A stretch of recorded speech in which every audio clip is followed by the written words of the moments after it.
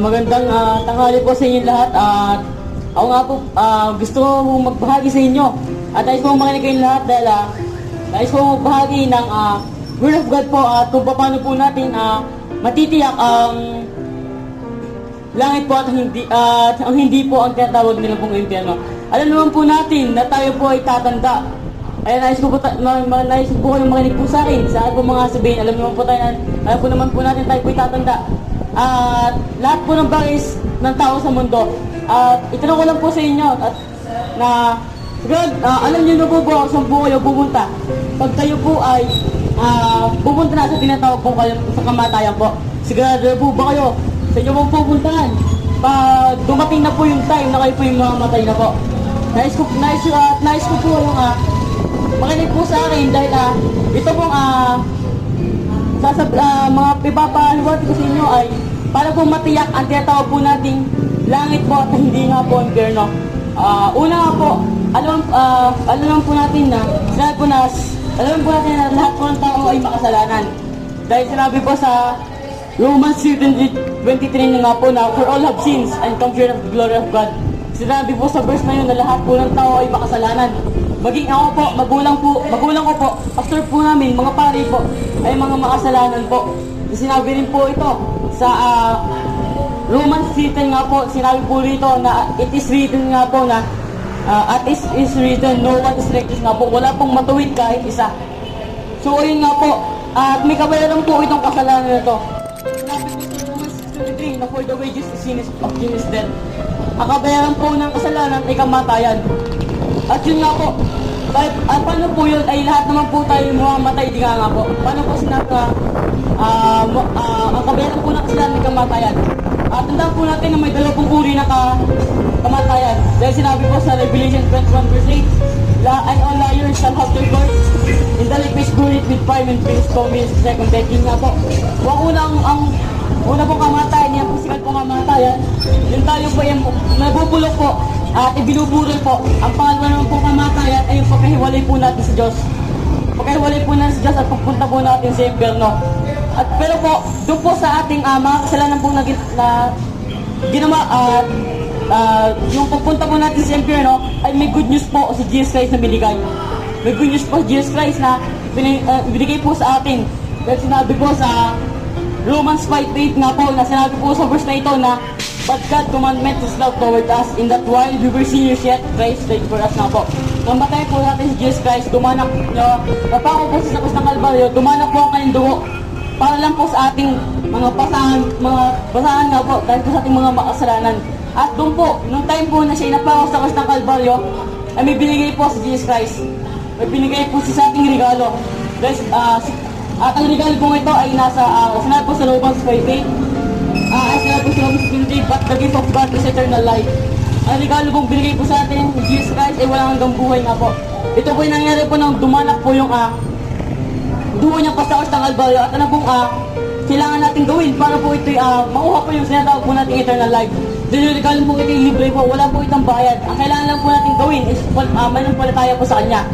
Manampalataya po sa Kanya bilang gawin po natin siya Savior, manampalataya po sa bilang Diyos na tagapagligtas po. Dahil sinabi po rin sa may John 14:6 nga po na in Jesus said, ito po yung sinabi po ni Jesus Christ, sinabi po niya na Jesus said unto him, I am the way, the truth, and the life, and no man cometh to the Father but by me.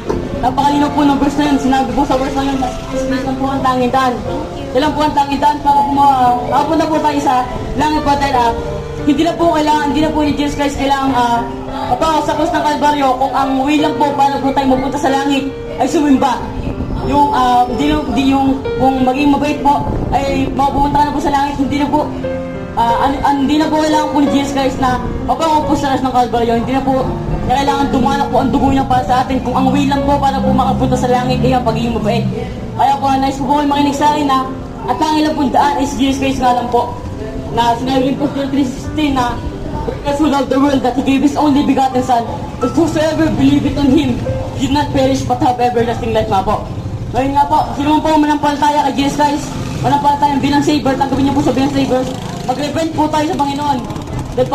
Dahil yun lang po yung tanging way po para po tayo maabot sa langit. Hindi po yung pagiging mabait, hindi po yung pagbibigay, hindi po yung pagdodonate, hindi po yung lagi-laging pagsimba.